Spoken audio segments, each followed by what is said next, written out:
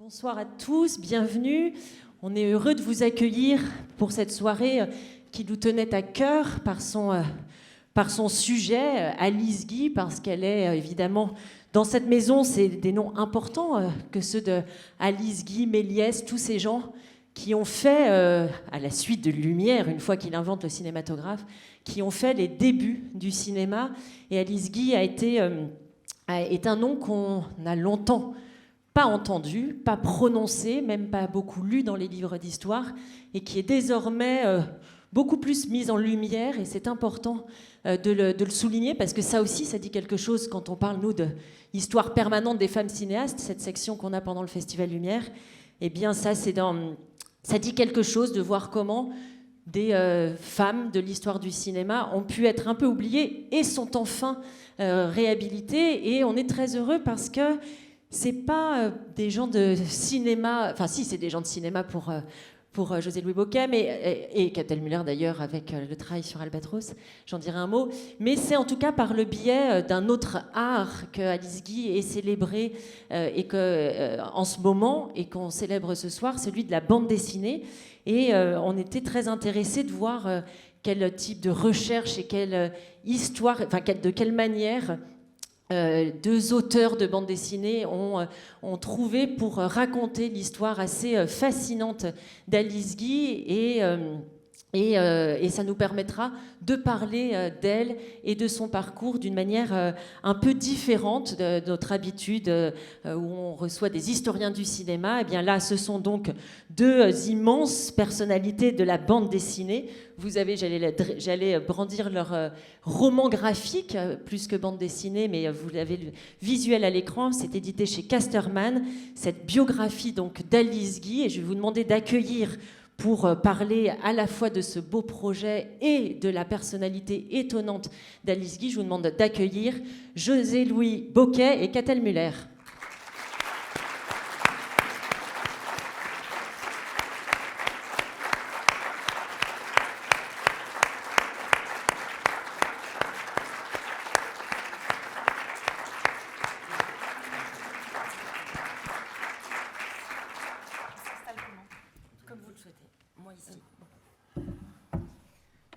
Mais c'est Cannes ici. En tout cas, c'est très émouvant. Bonsoir. Bonsoir, et encore une fois, merci d'être présent. On est très heureux d'évoquer cette personnalité étonnante d'Alice Guy avec vous. Et pour ceux qui ne connaissent pas la personnalité étonnante d'Alice Guy, eh bien, vous connaîtrez tout une fois que vous aurez acheté ce roman graphique. Évidemment, vous êtes connu pour vos livres sur des grandes personnalités féminines, Kiki de Montparnasse, Joséphine Baker. Et par exemple, donc, il y a une certaine logique à voir Alice Guy apparaître, mais néanmoins, j'aimerais que vous disiez un petit mot de comment il y a d'autres grandes figures féminines encore à explorer. Comment vous est venue l'idée de faire un livre sur Alice Guy ? Bonsoir, alors je vais être mal poli, c'est-à-dire que je vais parler le premier parce que l'histoire commence un peu avec moi. En fait, au tout début des années 80, moi, vous avez compris, je viens de la bande dessinée, j'étais un fan de bande dessinée depuis le plus jeune âge, etc. Et au tout début des années 80, j'ai eu la chance de rencontrer le premier entre la France et la Belgique à créé un cercle d'études sur la bande dessinée en 1962 avec Alain Renner, Emo Forlani, Umberto Eco, etc. Et cet homme était Francis Lacassin. Donc moi, je le rencontre pour ça. Mais il s'avère que Francis Lacassin est plein de curiosités, pas seulement la bande dessinée, mais aussi ce qu'il appelait à ce moment-là l'histoire primitive du cinéma.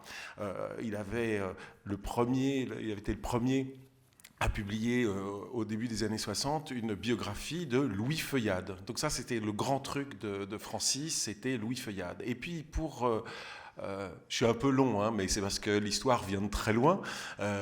Et il avait découvert que Louis Feuillade avait été engagé par une femme à la Gaumont, voilà, Alice Guy. Et il se trouve qu'en 1963, au moment où il travaillait sur Louis Feuillade, Alice Guy vivait à Bruxelles.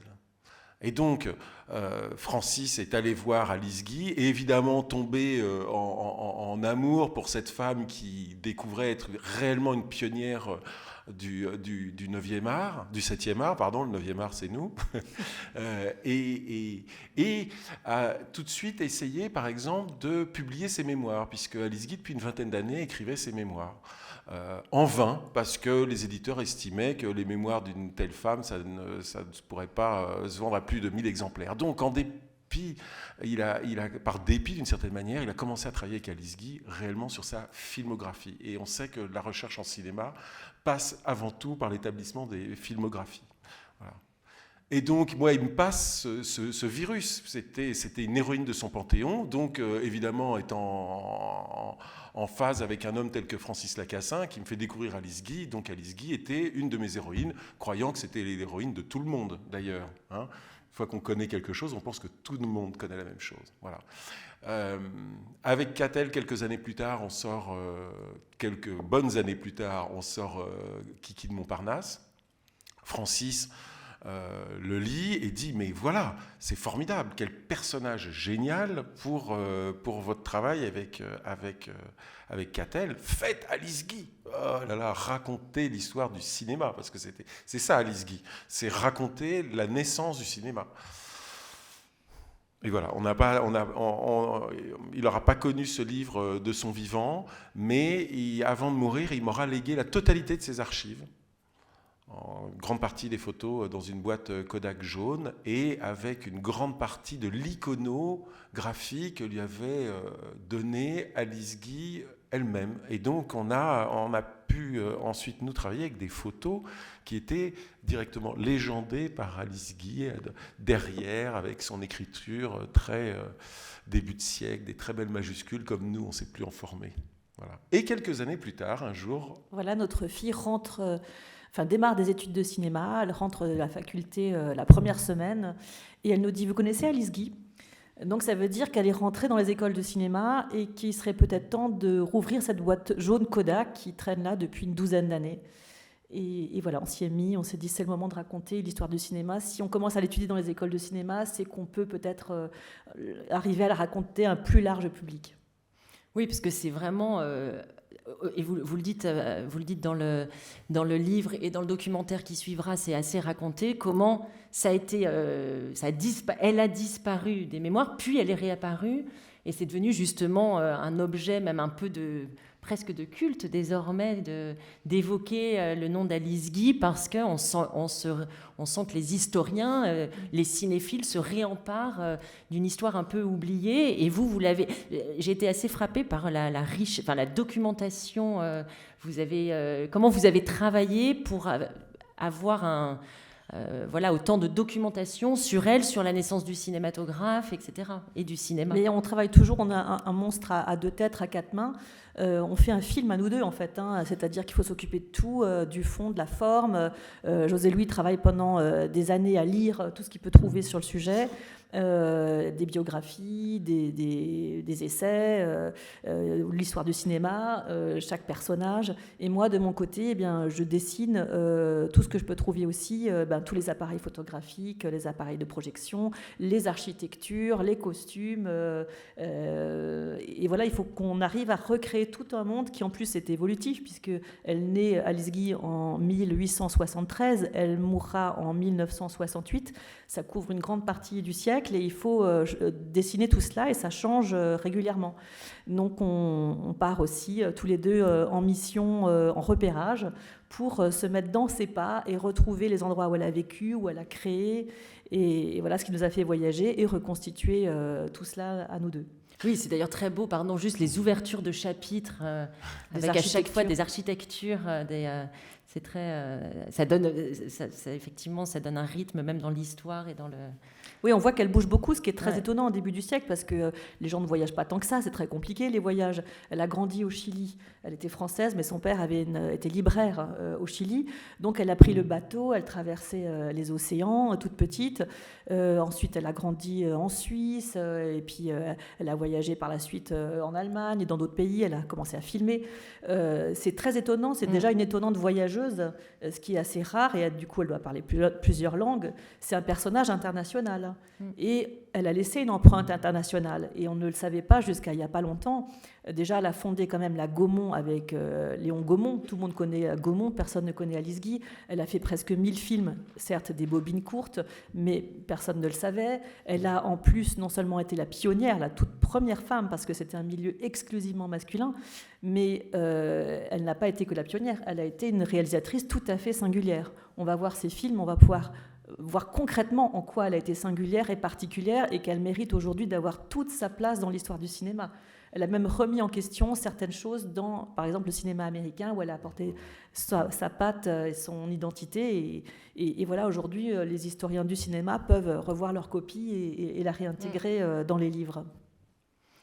C'est que, et on a eu une grande chance aussi, en travaillant finalement si tard sur Alice Guy, c'est qu'entre-temps, on a retrouvé ses films. Parce que ça a été la quête d'Alice Guy de 1924 jusqu'à 1968, qui est de retrouver ses films, revoir ses films. Alors Henri Langlois, le créateur de la Cinémathèque, va réussir à retrouver quelques bobines de l'un de ses plus fameux films, le seul signé d'ailleurs en France, quelque part en Allemagne. Mais c'est seulement aujourd'hui qu'on a réussi à identifier, et on continue à identifier des films d'Alice Guy. Parce que c'est ce qui est extraordinaire avec ce cinéma des débuts, c'est qu'on continue à trouver des films. Enfin, vous savez bien, ici, j'imagine, on continue à trouver des films, on continue à faire des découvertes, des trésors, et donc l'histoire du cinéma primitif peut continuer à s'écrire, il est en perpétuelle évolution, il n'est pas figé, cette histoire-là n'est pas figée, comme peut l'être le cinéma depuis, où tout est archivé, il y a des copies qui vont ceci, enfin, je veux dire, les archives du film n'existaient pas à l'époque. Donc c'est une histoire qui est constamment en train de s'écrire, et effectivement, on a... Francis Lacassin et ses suivants ont réussi à établir, oui, bien évidemment, Alice Guy est la première réalisatrice de l'histoire du cinéma. Ok, ça c'était un fait. Il a fallu qu'elle se batte quand même pour ça, pour arriver à le prouver. Mais il a fallu qu'elle le prouve. Mais c'est devenu un fait. Bon, elle a même reçu la Légion d'honneur en 1959 pour avoir été la première metteur en scène de l'histoire du cinéma et producteur. Là, à ce moment-là, en 1959, on ne se pose pas du tout la question de la féminisation des noms de métiers. Mais en fait, il n'y a rien qui le prouve qu'elle est une bonne réalisatrice. Elle est juste réalisatrice, donc c'est un fait. Aujourd'hui, effectivement, comme le disait Catel, on s'aperçoit qu'il y a une œuvre derrière ce nom, et derrière, voilà, c'est pas seulement un nom pour le Guinness Book des records, c'est aussi véritablement un nom pour l'histoire du cinéma. Alors, juste revenons un peu au début de sa vie professionnelle qui l'amène au cinéma. Assez vite, par exemple, ça je l'ignorais, qu'elle avait assisté à la première projection dans... alors ici, on a un public de connaisseurs sur les débuts du cinématographe. J'en redis un mot. Louis-Auguste Lumière tourne le premier film de l'histoire du cinématographe le 19 mars 1895 dans la rue, juste là, la sortie des usines Lumière. Et quelques jours après, c'est le père Antoine qui va présenter le film de ses fils à la Société d'encouragement de l'industrie à Paris. Et c'est une projection publique, mais pour un public ciblé de professionnels qui se réunissaient régulièrement pour présenter les nouvelles inventions. Et Alice Guy est présente à cette séance. Voilà, et Alice Guy est présente à cette séance en tant que secrétaire de Léon Gaumont, puisque Léon Gaumont dirige et a racheté en fait le comptoir de la photographie. Tout ça sont des gens qui viennent de la photographie, les Lumières qui ont fait fortune grâce à leur plaque en verre, et puis Léon Gaumont qui les commercialise tout simplement à Paris. Alice, elle arrive dans cette histoire parce qu'elle est, comme disait Catel, elle est fille de libraire-éditeur qui va se retrouver ruinée. Et donc cette bourgeoise, de retour à Paris, son père meurt, il est d'abord ruiné, ensuite il meurt. Et donc il faut bien trouver du travail. Et un ami de la famille lui dit « Ah, mais comme tu joues si bien du piano, peut-être que tu pourrais devenir sténodactylographe, qui est un métier d'une incroyable modernité. » Évidemment, cette fin du 19e siècle, on est au début des années 90, et on est donc en plein essor industriel, et les femmes vont commencer à trouver leur place dans les bureaux. En fait, les secrétaires, qui va devenir un métier si féminin, n'existent pas, et Alice est l'une des premières. Et donc, un métier moderne, entreprise moderne, et celle du comptoir de la photographie où elle est engagée par Léon Gaumont, qui est alors seulement fondé de pouvoir, est une société incroyablement moderne. Quelques décennies plus tôt, pour faire une photo, il faut plusieurs dizaines de minutes de temps de pause. Là, on est carrément à l'ère de l'instantané. Voilà, donc l'instantané, ça veut dire que peut-être que si on a beaucoup d'instantanés les uns derrière les autres, peut-être qu'on peut arriver à recréer le mouvement. C'est tout le principe de la chronophotographie qui est développé uniquement par des scientifiques à ce moment-là. Voilà. De fil en aiguille, la photographie va donner lieu, va permettre aux scientifiques d'inventer le cinématographe. Et donc là, Alice Guy, elle est juste au bon endroit, c'est-à-dire au comptoir de la photographie, avec Léon Gaumont, qui est extrêmement curieux d'un point de vue scientifique, et qui, eux aussi, de leur côté, sont en train de développer, parce que c'est ça la grande invention des Lumières, évidemment, c'est la projection collective. Voilà. Et eux-mêmes, aux établissements Gaumont, ils sont en train d'essayer de développer la même chose.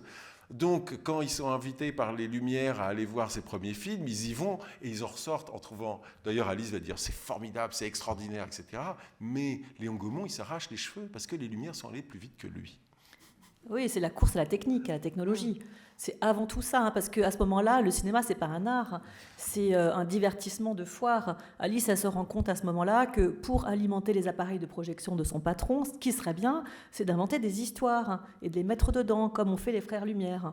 Et son patron lui répond, Léon Gaumont lui dit « Écoutez, c'est loufoque, pourquoi pas, mais faites ça alors le soir et le week-end, mais la journée, vous faites votre travail, vous faites mon courrier. » Et c'est comme sur cette base-là que Alice commence à tourner des films, d'ailleurs dans la courette de la maison de Gaumont, sur les buttes de Chaumont, avec des bouts de ficelle dehors, avec des camarades qui jouent.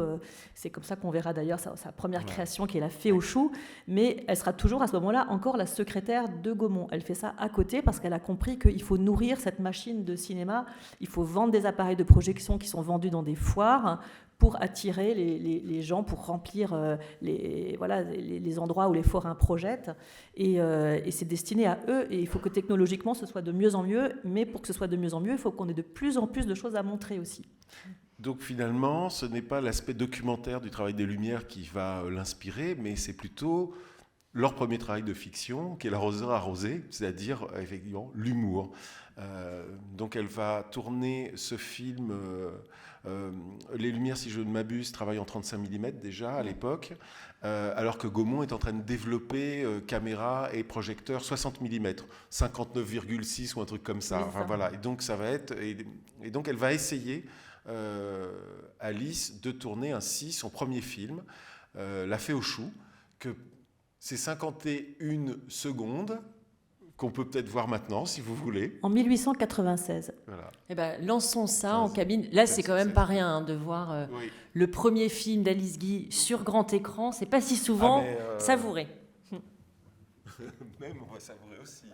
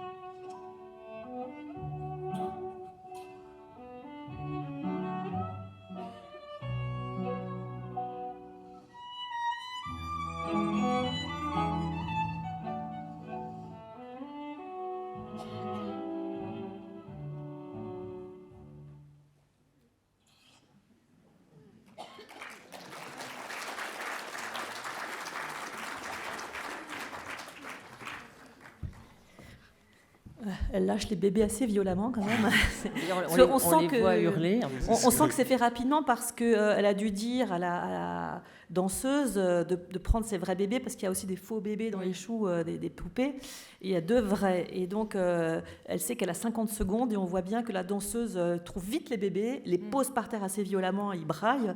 Et puis après, elle ne sait plus trop quoi faire. Alors, elle fait des trucs de bras pour tuer le temps et terminer les 50 secondes. Et là, c'est bien sur grand écran de le voir, parce que moi, ça m'intéresse particulièrement en dessinant, c'est qu'on a pu attribuer ce film à Alice en 1896 et non pas un peu plus tard, à cause de la facture, parce qu'on voit que derrière le décor que vous avez vu en second plan, eh bien c'est un drap qui est peint. Et il bouge. Mais c'est là qu'on peut dire que c'est à ce moment-là, parce qu'après, elle a refait ce film en 1900 et dans un vrai décor beaucoup plus complexe. Là, c'est très très simple. Il y a juste un grillage et il y a vraiment la lamine de la végétation sur le grillage qui bouge parce qu'il y a du vent. Et derrière, il y a le drap qui fait un peu comme ça. Et on le voit en gros plan comme ça quand on le voit vraiment sur un grand écran. Et les choux sont dessinés. Les choux sont en carton. En carton dessiné, peint. Et c'est d'ailleurs, on constate vraiment avec votre livre qu'elle est une femme, elle est assez ambitieuse d'avoir, justement, quand elle fait cette proposition à son patron, qui lui dit c'est le soir et les week-ends, alors il peut se dire bon bah alors non. Elle a quand même l'ambition, elle croit au pouvoir à venir du cinéma, de ce qui deviendra le cinéma, mais elle est très ambitieuse. Et ce qui est aussi frappant, c'est qu'elle est écoutée par les hommes qui l'entourent, qui fréquentent cette entreprise de photographie qui deviendra de cinéma. On voit qu'elle croise notamment la scène avec Gustave Eiffel, etc., où on sent qu'elle est, je ne sais pas dans quelle entreprise désormais, la secrétaire est écoutée quand elle fait des propositions. Et là, on sent qu'elle a beaucoup de gens à ses côtés qui l'encouragent, etc. Et ça, elle le prouve puisqu'elle fait, et ça marche. Et elle se fait copier par Pathé, par plein d'autres aussi qui reprennent La Fée aux choux d'une autre manière. Donc, à partir du moment où ça marche, ça fait rire les gens dans les foires et qu'elle est copiée, eh bien, on lui donne de plus en plus d'importance et de fonction. C'est le fameux principe qu'on va appeler plus tard le box-office. Elle fait rentrer ces films amènent des gens dans les foires, les forains sont contents, donc le client content, producteur content, réalisatrice contente. Et puis elle amène les femmes. C'est très important parce qu'elle a des sujets qui sont très différents de ceux des hommes, et on va le voir avec les prochains films qui vont être montrés. Mais elle a typiquement des sujets féminins. Qui aurait pensé déjà à faire une fée qui sort des bébés et des choux ? Après, elle va parler des femmes enceintes, elle va parler du féminisme. Peut-être que ce serait pas mal de voir la suite. On va faire un gros bond dans le temps, puisque ça, c'est 1896, avec celui qu'on vient de voir. Donc, un essai visiblement probant, puisque plus tard, elle va même faire un remake, elle-même, quelques années plus tard. Elle va juste allonger la sauce, mais celui-ci reste quand même formidablement spontané. Entre-temps, il va y avoir évidemment l'exposition universelle, où les lumières vont vraiment se faire remarquer avec le fameux ciné panorama, oui. C'est ça. Voilà. Et donc là, on peut dire, parce qu'entre-temps, il y aura eu évidemment l'incendie du bazar de l'hôtel de ville, qui va un petit peu empêcher quelques recettes pour les uns et les autres. On sait aussi les aventures des Lumières aux États-Unis, etc. Mais il est clair qu'à partir de 1900, Gaumont, il a compris qu'il était obligé de faire des films. Voilà. Et que donc, quelques années, très peu de temps après, il va construire, dès 1905, il va construire ses propres studios. Des gros studios au but de Chaumont, c'est-à-dire quasiment à l'endroit où Alice a tourné son premier film, mais là, des vrais studios avec des cages de verre, etc. Et pour produire un maximum de films. Et Alice va être nommée directrice du théâtre de prise de vue. Parce que le terme de producteur ou de productrice ou de metteur en scène n'existe pas encore réellement. Voilà, c'est un théâtre de prise de vue. Et elle en est la directrice, donc elle engage les acteurs, elle engage les scénaristes, elle engage les réalisateurs, évidemment, mais elle-même tourne ses propres films. Donc là, le film que vous allez voir, c'est déjà une super grosse production. Les résultats du féminisme. Non, d'abord, on met Madame a des envies. Madame a des envies, voilà, Madame a des envies. Alors là, c'est pas en studio, c'est directement dehors. Et elle commence à inventer son langage cinématographique, vous verrez pourquoi. Il y a toujours des inspirations par rapport à La Fée aux choux, vous regarderez bien la fin. Voilà. Mais, non, on n'en dit pas plus. Mais voilà, techniquement, elle passe à autre chose, elle trouve une nouvelle manière de filmer. Et c'est un petit peu plus long comme film. Voilà, un tout petit peu plus long.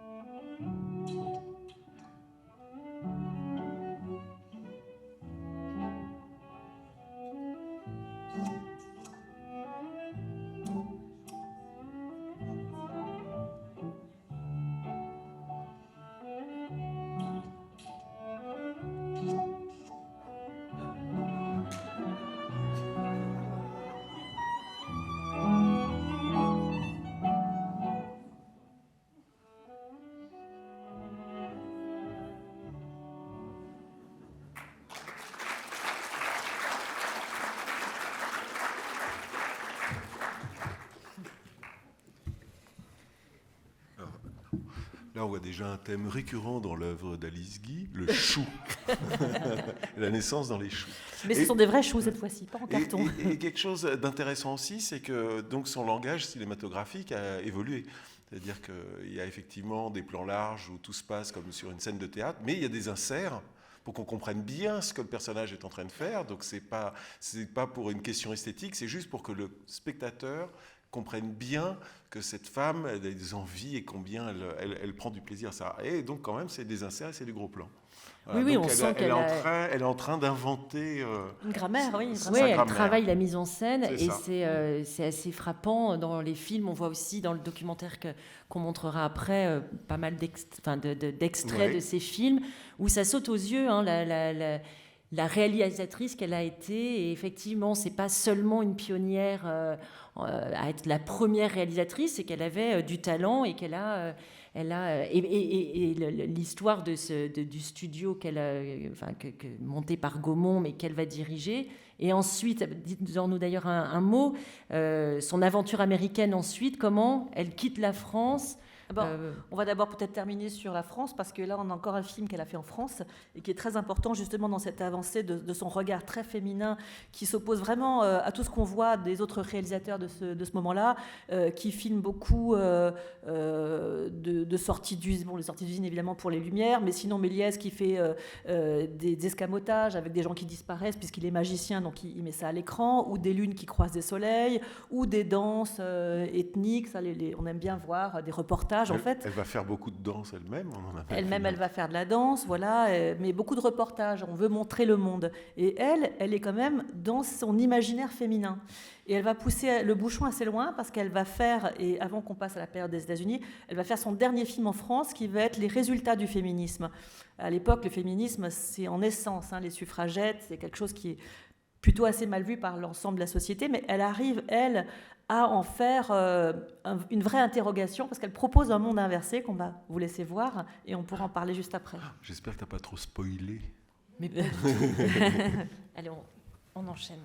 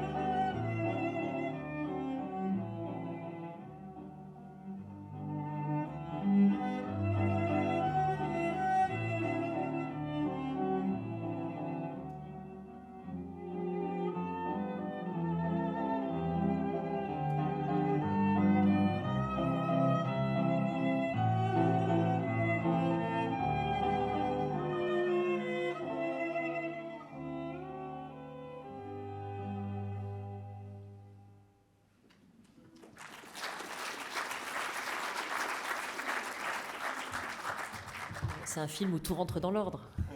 Exactement. Mais à l'époque, c'est de la science-fiction pour les gens de voir ça. Et quand c'est projeté dans les foires, les gens sont morts de rire, enfin, surtout les femmes. Et, ici aussi, hein, on a senti que les rires n'étaient pas les mêmes. Alors que Léon Gaumont, ça ne le fait pas marrer du tout.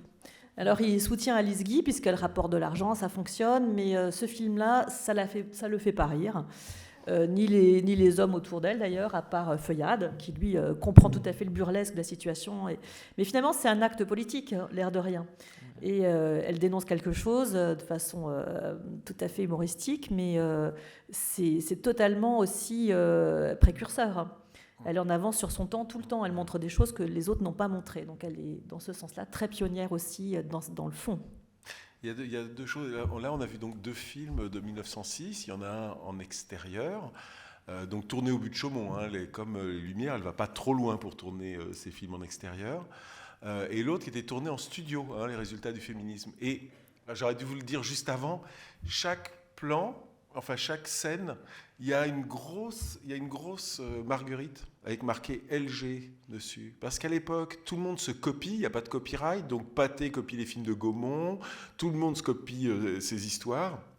Et donc, pour être certain de pouvoir reconnaître son film, il y a dans chaque scène, c'est posé généralement contre une plainte ou contre un meuble, il y a une grosse marguerite avec marqué en gros LG, pour qu'on sache bien que ce sont des films.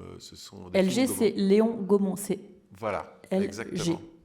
LGE. Directement, les studios LG. L'histoire des résultats du féminisme aura quand même une certaine postérité, puisque à l'époque, donc Gaumont a des succursales partout, hein, en Angleterre, en Allemagne, en Espagne et en Russie. Et en Russie, il y a un petit garçon. On est en 1906 là. On est en 1906. Et en Russie, il y a un petit garçon qui va voir, il est à Odessa, qui va voir ce film et ça va être une révélation pour lui. C'est-à-dire que tout à coup, il va comprendre qu'avec le cinéma, on peut tout faire. On peut même inverser le monde. Et ce petit garçon écrira avoir été extrêmement marqué par ce film dans ses mémoires plus tard. Et c'est Sergueï Eisenstein, qui est quand même justement l'un des vrais créateurs du 7e art. Et il écrira ça dans ses mémoires, sans savoir que c'est Alice Guy. C'est-à-dire c'est des chercheurs plus tard qui tout à coup vont faire la connexion, connaissant les films d'Alice Guy, relisant Eisenstein, en se disant ah, voilà. Donc c'est quand même pas mal comme postérité, comme héritage. Voilà. Alors donc ensuite, elle part aux États-Unis et c'est ce que vous disiez, c'était quand même une grande voyageuse. Mais est-ce que vous pouvez nous dire un mot de ce départ pour les États-Unis ? Oui, elle part pas parce qu'elle aime le voyage. Hein. Oui, non, là, non. Elle part parce que on lui présente, Gaumont lui présente un homme. Elle travaillait jusqu'alors avec un opérateur, hein, puisqu'elle est metteuse en scène, qui est Anatole de Tiberge, qui est un ancien éleveur de poulets en Bresse. Tout mène au cinéma à l'époque, vraiment, et qu'elle a totalement épuisé lors d'un long voyage en Espagne, un voyage plutôt documentaire, parce que les gens dans les foires aiment beaucoup les danses à l'époque, et on danse beaucoup visiblement en Espagne, donc elle va rapporter d'Espagne énormément de vues, de paysages. Là, il copie un peu le travail effectivement qui a été fait sur grande échelle par les Lumières, et elle a épuisé le Anatole Tiberge. Et quand, avec Louis Feuillade, ils ont le projet d'adapter Mireille, le fameux prix Nobel, qui compte tourner ça au Sainte-Marie-de-la-Mer, en Camargue, où personne n'a encore jamais tourné en Camargue. Donc c'est quand même, pour des Parisiens, c'est juste l'autre bout du monde. Et Anatole Tiberge, il dit « Ah non, moi je la suis plus, l'autre, elle me fatigue trop ». Et donc Gaumont trouve un jeune opérateur qui vient de la succursale anglaise, Herbert Blaché.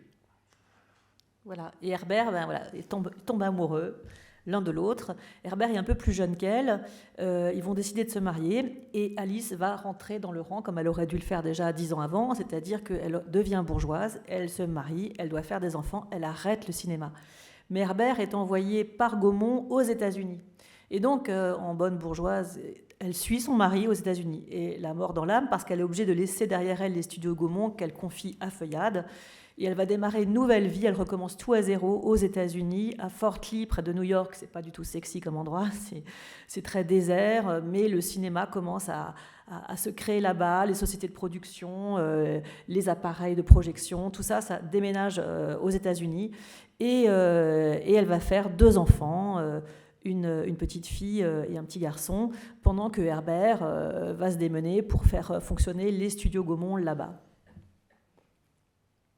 Et alors Oui, ça ne s'arrête Et pas là. à ce moment-là, Oui, c'est ça. et à ce moment-là, elle est reprise par le démon du cinéma. Et oui, parce qu'il y a donc ces studios Gaumont. En fait, ils ont été envoyés là-bas, tous les deux, pour développer les phonocènes. Gaumont, qui est donc toujours un ingénieur, leur obsession à tous à ce moment-là, c'est pas seulement la couleur, c'est aussi le son. Et Gaumont a développé un procédé. On prend un chanteur, il enregistre sur un disque. Ensuite, ce disque, on le couple, on le synchronise avec une caméra, et le chanteur va reproduire, en fait c'est le premier playback de l'histoire du musical, va être filmé en train de faire semblant de chanter le disque qu'on est en train de jouer. Voilà. C'est très compliqué déjà pour arriver à synchroniser tout ça, et en plus c'est encore plus compliqué à projeter.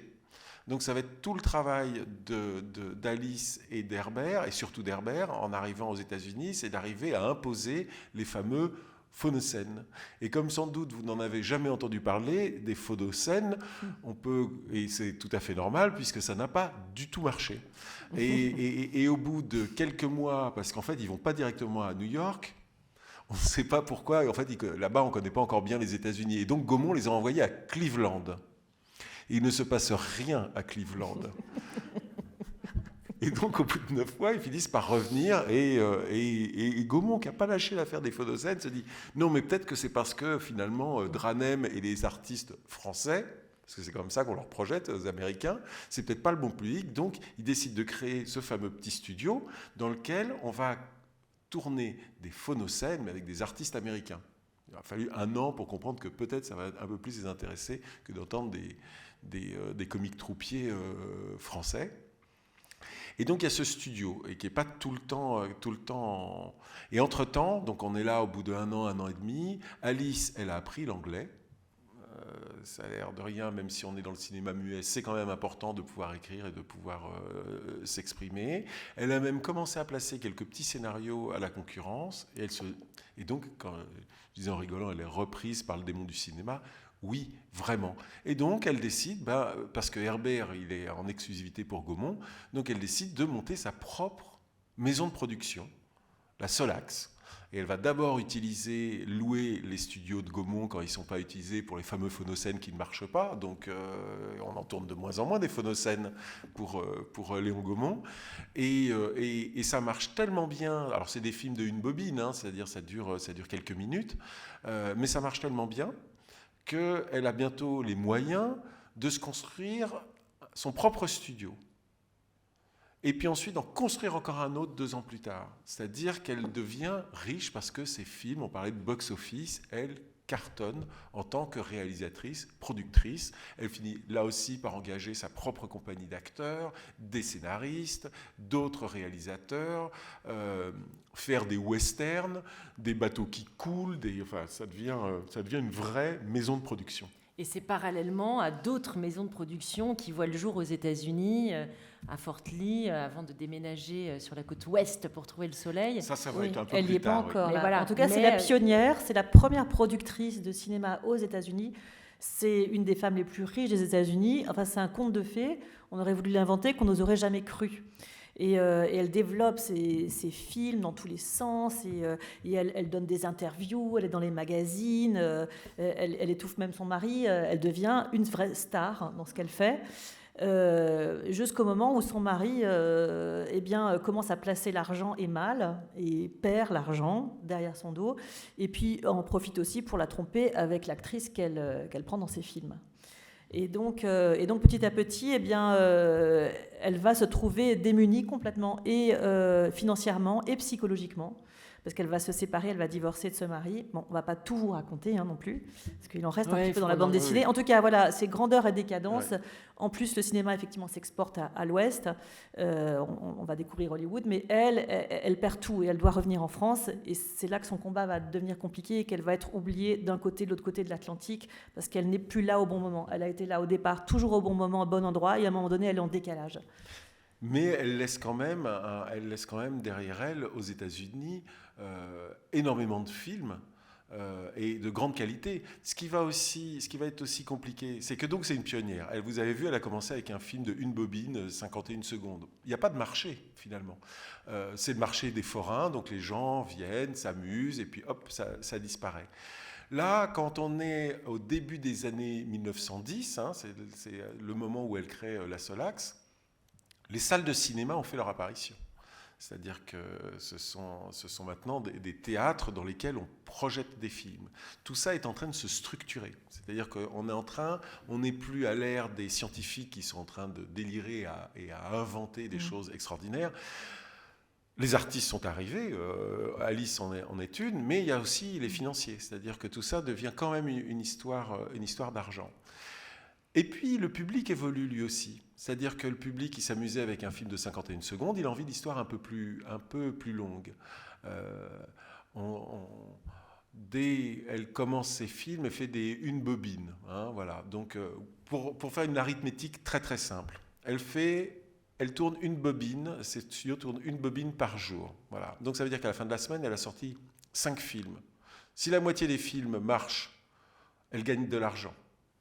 S'ils marchent tous, elle gagne beaucoup d'argent, mais c'est toujours impossible mathématiquement que sur les 5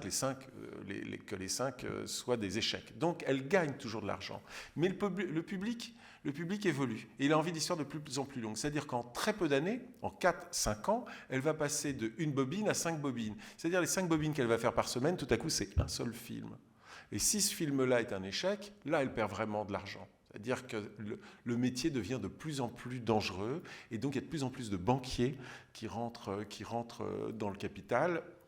Et ben, les banquiers, ils apportent leurs propres actrices, ils demandent des comptes. Alors qu'en plus, on a un mari qui perd son argent à la bourse. Et puis, il faut aussi dire une chose, c'est qu'Alice est très, très, très créative. C'est vraiment ce qui la caractérise le plus. Et elle cherche tout le temps des nouvelles choses.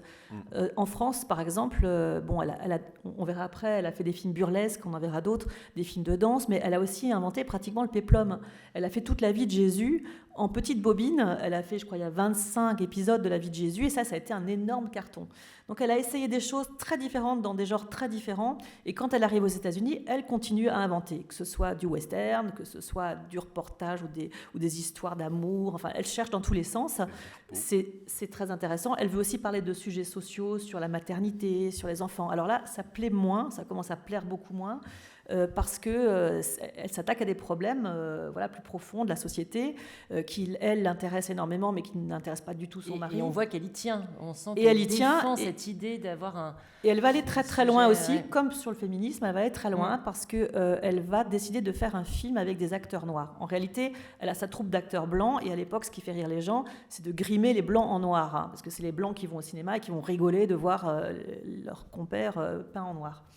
Et elle rencontre un acteur à Broadway qui s'appelle James Russell, qui est une énorme vedette de catwalk, qui est un gars très, très drôle, très, très burlesque, et elle veut l'engager avec sa troupe de blancs pour faire un film mixte. Et là, les blancs s'insurgent en disant « mais il n'est pas question de tourner avec un nègre ». Et donc, ils décident de s'opposer. Et Alice ne va pas céder. Plutôt que de les écouter, elle va choisir d'engager toute la troupe de James Russell de Broadway. Elle va virer toute sa troupe de blancs et elle va faire toute une troupe de noirs qui va jouer dans un film qui s'appelle The Fool and His Money. Et ce film, évidemment, ne va pas avoir un grand succès, un petit peu en France, mais pratiquement rien aux États-Unis. Son mari l'avait bien prévenu, mais elle voulait quand même aller jusqu'au bout. Et le film est très drôle, il est très fin, il est psychologique, il est très intéressant. Et surtout, il remet aujourd'hui l'histoire du cinéma américain complètement en perspective, parce que jusque-là, on pensait que le premier film fait avec un acteur noir, qui était La case de l'oncle Tom, a été fait en 1914. Et donc, dans l'histoire du cinéma, c'est officiellement le premier film avec un acteur de couleur. Or, le film d'Alice date de 1912 et on vient de le retrouver en 2018. C'est-à-dire que si on avait commencé notre bande dessinée au moment où Francis Lacassin a laissé sa boîte jaune Kodak à José Louis, eh bien, on n'aurait pas su ça. Et là, eh bien, on a eu la chance de pouvoir revoir ce film, mais c'est aussi grâce au travail de Lacassin, parce qu'il avait, retrouvé tous les scénarios, et on a retrouvé une bobine dans un grenier aux États-Unis avec ce film, et donc on a pu faire la corrélation entre le scénario et les images, et donc on a pu dater et remettre en perspective de l'histoire cette création-là. Et voilà, ce qui est très important, on voit encore qu'Alice, elle est avant-gardiste aux États-Unis. Dans tout ce qu'elle fait, elle est toujours un pas en avance sur tout le monde, sans le revendiquer, parce qu'elle est très humble, elle fait les choses, mais elle ne les signe pas forcément. Et c'est que maintenant, des années, un siècle plus tard, qu'on retrouve des choses et qu'on arrive vraiment à la remettre dans le contexte et lui redonner toute son importance. Oui, c'est vraiment frappant, à la fois dans les sujets et dans les idées de mise en scène, à quel point elle est importante dans cette histoire du cinéma. Et là encore, c'est ce que vous venez de dire et ce qu'on disait, comme c'est tardif, l'importance qu'elle a désormais dans l'histoire du cinéma, dans les lieux de cinéma, et vraiment date de quelques années. Alors il y a eu effectivement des périodes quand Lacassin la rencontre, etc. Mais ça restait encore un petit... Et là, ça commence un peu à exploser et à devenir plus grand public. Il y a eu beaucoup de documentaires qui ont été faits. J'en profite pour dire que Catel et Bocquet sont en train de préparer un documentaire pour Arte pour 2022 sur Alice Guy. Et ça sera, à mon avis, magnifique de voir la suite. Avec des dessins animés. Avec des dessins animés, on imagine, la suite de ce livre. On a encore quelques minutes. Est-ce que déjà il y a quelques questions dans la salle ? Des gens qui ont... Sinon, je parle tout seul, hein. Attention. On peut peut-être encore voir... Et sinon, on peut... En effet, on a encore... Oui, peut-être. Hein. Un film en cabine. Ah, il y a peut-être une question. Une question. Ah, voilà. Monsieur. Oui, bonsoir. Bonsoir. En quelle année elle a arrêté de filmer aux États-Unis ? Alors en fait, elle a arrêté relativement tôt, c'est-à-dire en 1922 sort son dernier film, un long métrage, produit par Pathé, l'ennemi, le vieil ennemi, dit la légende de Léon Gaumont. Donc de 1922 à 1968, il se passe une très très longue période où elle essaye d'expliquer qu'elle vit, voilà, toujours. Et est-ce que son cinéma a été impacté par la guerre de 14-18 à l'époque ? Alors, ce qui va être impacté par la guerre de 14-18, c'est la colonie française. Hein. On sait que, en fait, ceux qui tiennent le haut du pavé avant 14, ce sont les Français, c'est Méliès avec Black Star, les Lumières sont déjà partis à ce moment-là. C'est Éclair avec Étienne Arnaud, qui est un ancien réalisateur engagé à la Gaumont par Alice Guy. Herbert, il n'est pas français, il est anglais et il peut rester aux États-Unis. Donc, en réalité, eux ne vont pas être impactés effectivement par la Première Guerre mondiale, mais l'économie cinématographique française, oui. Ça très clairement. Et tout le monde rentrant, ils sont quand même quelques centaines à ce moment-là, tout opérateurs, décorateurs, acteurs, puisqu'on est dans le muet. Ils vont tous retourner sur le front en Europe. Et ça va laisser la place libre aux producteurs américains. Encore une question. Sinon, monsieur et madame. Alors,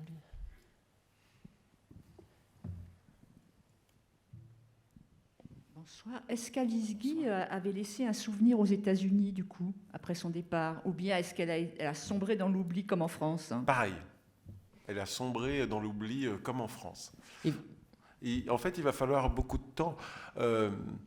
On commence à s'intéresser à l'histoire du cinéma, finalement, après la Seconde Guerre mondiale. C'est à partir de ce moment-là qu'on va commencer. Alors, ça a été initié par Langlois dans l'entre-deux-guerres, mais enfin, vraiment, ce sont les années 50 où, tout autour du monde, on va se mettre en chasse des films, de tous ces films qui ont disparu, qu'on va commencer à avoir des cinémathèques un peu partout, même créer les archives du film en France, etc. Aux États-Unis, ça va suivre finalement le même chemin, et il va falloir attendre Martin Scorsese à la Cinémathèque américaine pour enfin rendre hommage à Alice Guy. Tout à l'heure, Maëlle disait quelque chose de très important temps, qui est que son histoire, en fait, on la connaissait. On la connaissait puisqu'elle l'avait racontée et qu'elle l'avait racontée aux historiens et que les historiens l'avaient répétée. Donc l'histoire d'Alice Guy, on la connaissait. Mais on ne l'avait pas entendue. C'est ça toute la différence. C'est qu'elle n'a pas tant évolué que ça, l'histoire d'Alice Guy, sauf que maintenant, on peut voir ses films, on peut entendre son histoire et surtout, on peut la voir. Même s'il y avait, dans certaines histoires du cinéma, son nom était, on attribuait certains de ses films à Louis Feuillade, par exemple, alors que Louis Feuillade était l'opérateur d'Alice Guy, et donc il y avait quand même des informations un peu erronées dans certaines histoires du cinéma, et son nom était même quand Léon Gaumont raconte l'aventure de sa société. Il raconte qu'il a une secrétaire qui est Alice Guy, mais il n'en dit pas beaucoup sur le fait qu'elle lance la production de films pour sa société. Oui, là, il y a un malentendu. Parce que... Et finalement, ils en parlent ensemble et il dit non, mais c'est parce qu'en fait, comme ils sortent un livre géographique sur la société Gaumont, donc ça se passe à la fin des années 30, il ne va pas commencer à raconter qu'ils ont commencé dans des arrière-cours avec des pauvres choux en carton-pâte. Et sa secrétaire. Et sa secrétaire, ça fait quand même pas très sérieux. Donc en fait, il commence l'histoire des établissements Gaumont directement en 1906 et 1905, c'est-à-dire au moment où on construit les studios. Puis comme elle reste quand même qu'un an, la pauvre Alice, on va quand même pas trop raconter son histoire non plus. Donc Alice lui écrit un mémo de plusieurs pages quand même, qui vont être même la base de ses mémoires. On peut dire mais enfin, j'étais bien content de recevoir votre livre, Léon, mais quand même, vous avez un peu tout oublié. Hop, donc elle lui écrit le mémo. Il lui dit « Ah, mais vous avez raison, et quand on va rééditer le livre, rassurez-vous, tout ça sera dedans. » Ok. Malheureusement, il y a une Seconde Guerre mondiale qui intervient, et Léon Gaumont meurt en 1946. Donc, personne ne pourra jamais utiliser ces textes sur les débuts du cinéma et de Gaumont. Si, en fait, des années plus tard, 15 ans plus tard, il y a Louis Gaumont, le fils de Léon, qui retrouve le texte d'Alice Guy dans les archives de son père, qui prend contact avec Alice Guy, qui vit à ce moment-là aux États-Unis, et qui va lui demander s'il peut faire une communication. Alors, je ne sais plus ce que c'est exactement, la Société des techniciens et opérateurs du cinéma, quelque chose comme ça. Mais c'est le fils de Léon Gaumont qui va remettre à sa place, en France en tout cas, le début de carrière d'Alice Guy à la Gaumont. Ce qui était assez joli quand même comme histoire. Élégant pour rattraper les oublis de son exactement. Père. Est-ce qu'il y avait une dernière question, monsieur? Et ensuite, alors, levez bien le micro. Alors non, c'est qui? Pardon, j'avais vu deux doigts se lever. Il y avait encore, on va en prendre une dernière et puis on pourra continuer la conversation sous le hangar. Oui, voilà. Bien, merci. Et donc aujourd'hui, à partir d'aujourd'hui, combien de films ont été restaurés d'Alice Guy et comment on peut les retrouver en VOD, en archive, en DVD? Alors, je fais une précision sur actuellement les cinémathèques dont on fait partie sont regroupées au sein de la Fédération internationale des archives du film. Il y a très fréquemment quand des films sont, des gens qui travaillent sur des filmographies, etc., cherchent des films.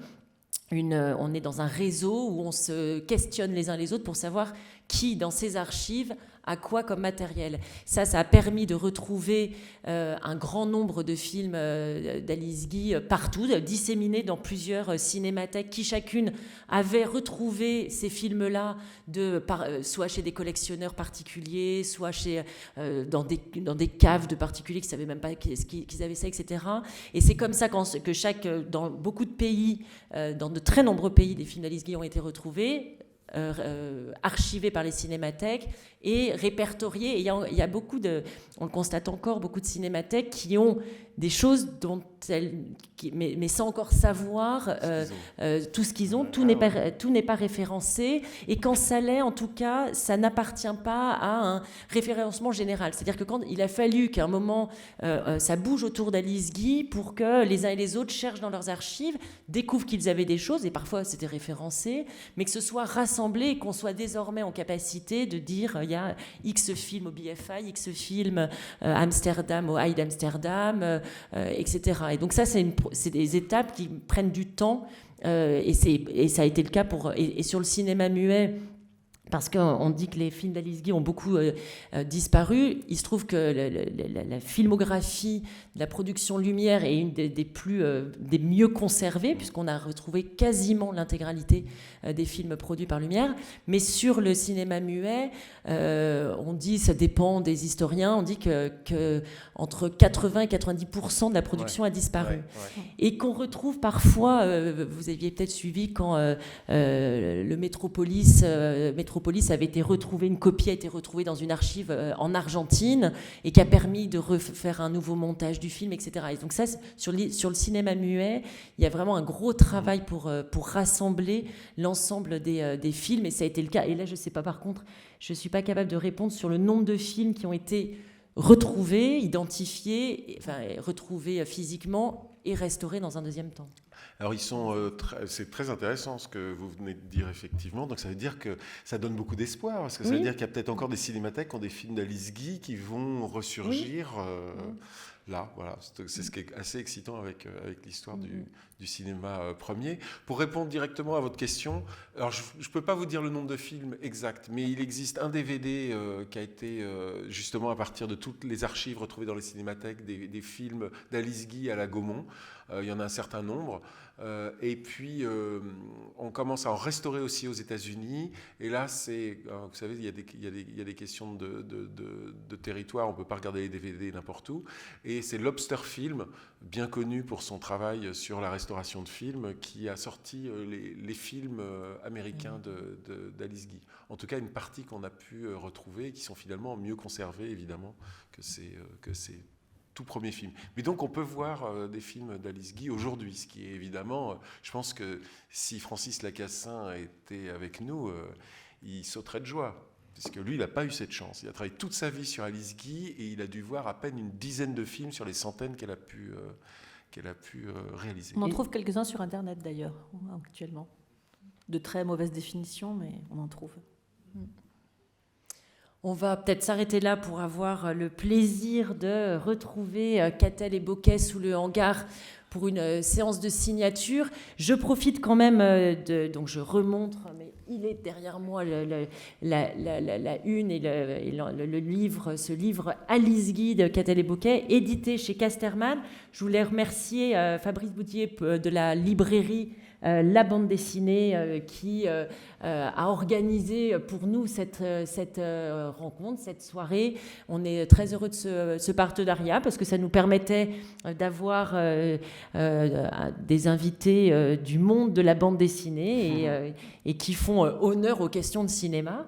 Et donc merci pour ça. On a 3/4 d'heure. Ceux qui veulent peuvent aller au Café Lumière. Il y a aussi un petit bar sous le hangar et bien sûr la possibilité d'acheter et de vous faire dédicacer un ouvrage de Catel et Bocquet sur Alice Guy. Je voudrais qu'on les remercie chaleureusement. Merci. Merci beaucoup.